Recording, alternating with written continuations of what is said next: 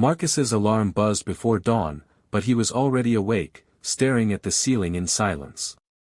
The cold crept through the cracked window of their small apartment, and the hum of the city felt distant, muffled by fatigue and worry.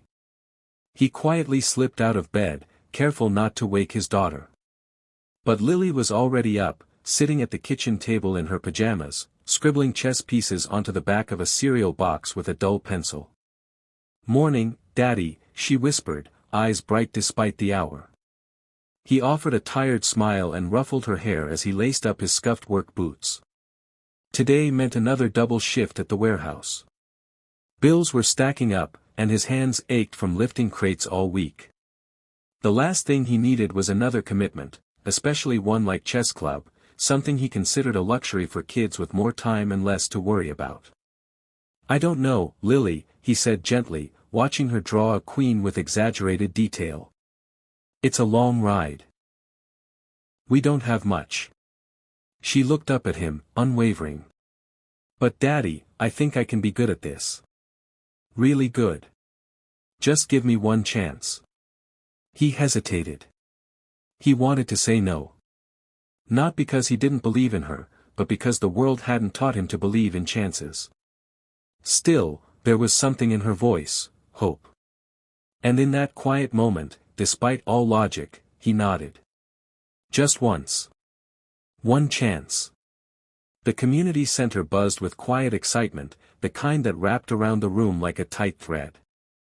Folding chairs scraped against the floor as kids, some in uniforms and others in mismatched clothes, took their places at plastic tables topped with checkered boards. Marcus stood near the back, arms crossed, heart pounding louder than he cared to admit. Lily adjusted her sleeves, the too big hoodie nearly swallowing her hands, as she sat down across from an older man in a sleek navy suit. His presence didn't go unnoticed. That was Mr. Harlan, the CEO sponsoring the tournament. He wasn't just there for show, he had agreed to play a few exhibition matches with the finalists. No one expected Lily to last long. Marcus watched as she calmly shook the man's hand and studied the board like it was home. When she moved her pawn forward, an aggressive, daring opening, he saw Harlan blink in surprise. A few players nearby leaned closer. Within minutes, Lily began bending the flow of the game, countering traditional strategies with moves that seemed strange, even reckless, until they weren't. With each decision, her confidence grew. Marcus couldn't believe what he was seeing. His little girl wasn't just playing, she was controlling the board. People started gathering around, whispering, frowning, nodding. The CEO rubbed his chin, clearly rattled. Marcus felt something shift, not in the room, but inside himself. He'd brought her here out of guilt, out of love. But now, watching her, he wondered if maybe, she really did belong here. Checkmate. The room fell into a hush so complete, even the buzz of the fluorescent lights seemed to fade. Lily sat still, her fingers lightly resting on the final piece she had moved, her knight, cleverly placed, pinning the CEO's king with nowhere left to run. Mr. Harlan leaned back slowly in his chair, staring at the board as if it had betrayed him. The man who ran a company of thousands, who had spoken on stages about strategy and foresight, had just been outplayed by a 9-year-old in a worn hoodie and bright pink sneakers. He took off his glasses, blinking hard. Then, to everyone's surprise, he smiled, not politely, not patronizingly, but with genuine awe. His eyes shimmered as he looked across the board at Lily. "You're remarkable," he said softly. "Where did you learn to think like that?" Lily hesitated, then pointed to the back of the room. "My dad," she said. "He says life's like chess. You don't always get to choose your pieces, but if you stay kind, stay smart, you can still win." A murmur rippled through the crowd. Marcus stood frozen, overwhelmed. He'd spent the whole match bracing for her to lose, to fall short, to get hurt by the world he knew too well. But she hadn't lost.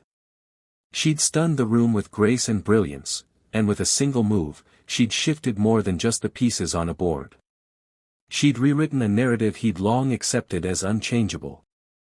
Backstage, away from the crowd and the buzzing lights, Marcus sat on a folding chair, still dazed.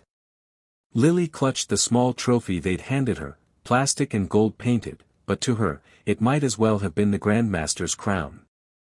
Then Mr. Harlan stepped into the room, his suit jacket now unbuttoned, eyes still glassy.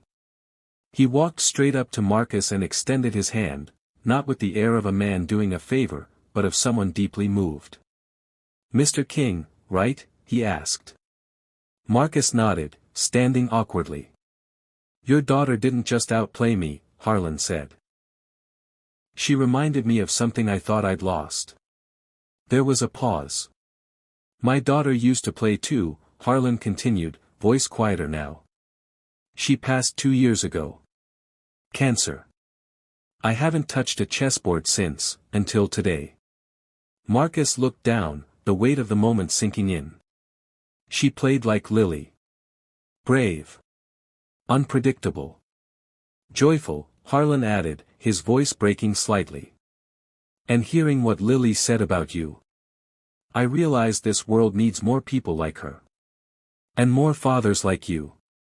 He took a breath. "So here's what I'd like to do. I want to sponsor her, full scholarship to the best chess academy in the city.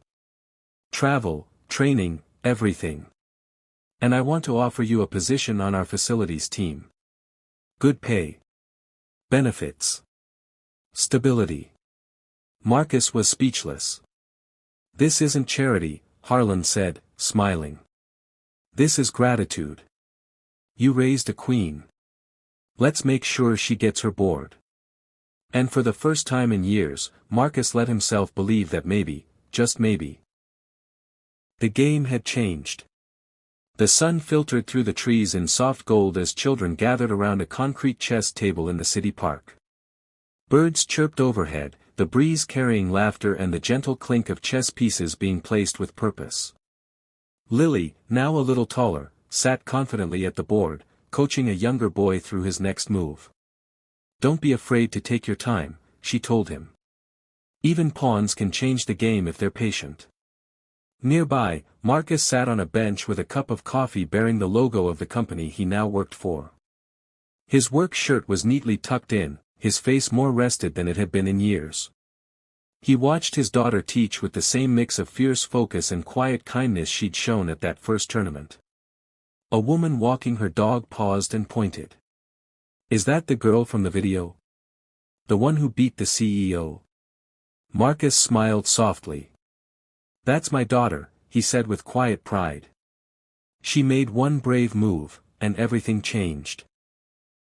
The boy across from Lily gasped in delight as he captured a rook. She clapped for him, then leaned in with a grin. "Now let's talk about what happens when you control the center." As more kids gathered around her, eager to learn, Marcus leaned back, eyes full of peace. He had once tried to protect Lily from disappointment.